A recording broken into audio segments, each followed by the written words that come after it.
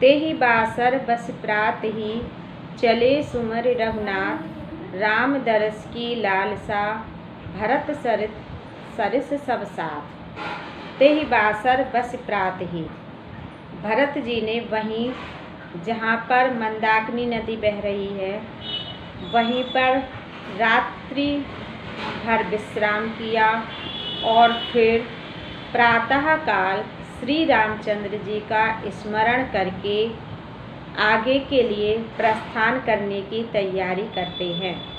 राम दरस की लालसा भरत सरिस सब साथ। और भरत के साथ जो आया था सभी को श्री रामचंद्र जी के दर्शन की लालसा थी। उन्हें ऐसा लग रहा था कि कब श्री रामचंद्र जी हमें मिलें और हम उनके दर्शन करें। मंगल सगुन होय सब काहू, फरकहि सुखद विलोचन बाहू।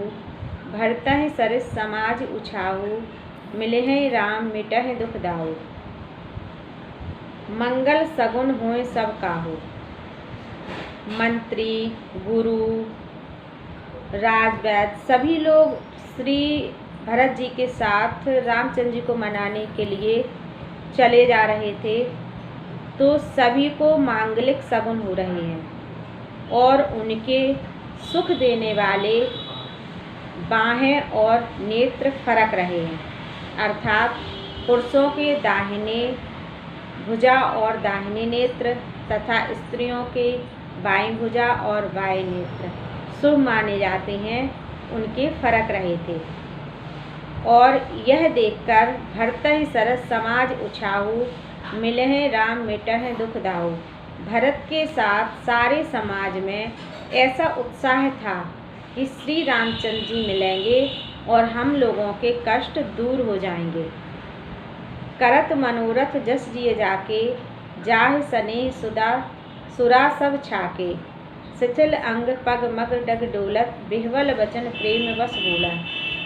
जिसके मन में जो भी इच्छा है वो अपनी इच्छा मन ही मन में व्यक्त कर रहा है और सभी लोगों ने स्नेह रूपी मदिरा का पान कर रखा है। सभी प्रसन्नचित प्रफुल्लित हैं।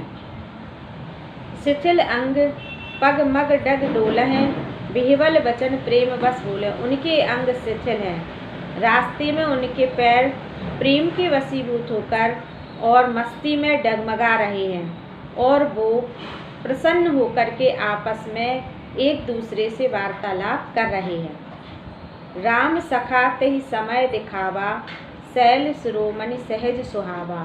उसी समय श्री रामचंद्र जी के मित्र निषाद राज ने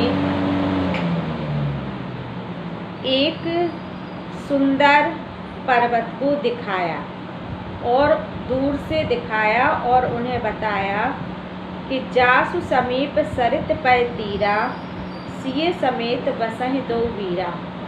कि इस पर्वत के समीप एक नदी बहती है और उसी के किनारे सीता जी और लक्ष्मण जी के सहित श्री रामचंद्र जी वास कर रहे हैं। देख करहि सब दंड प्रणामा, कहि जय जनक जीवन रामा। उस पर्वत को ही देखकर सभी लोग दंड प्रणाम करने लगते हैं और श्री रामचंद्र जी को अपने जीवन का आधार मान करके जय जयकार करने लगते हैं। प्रेम मगन अस राज समाजू, जनु फिर अवध चले रघुराजू।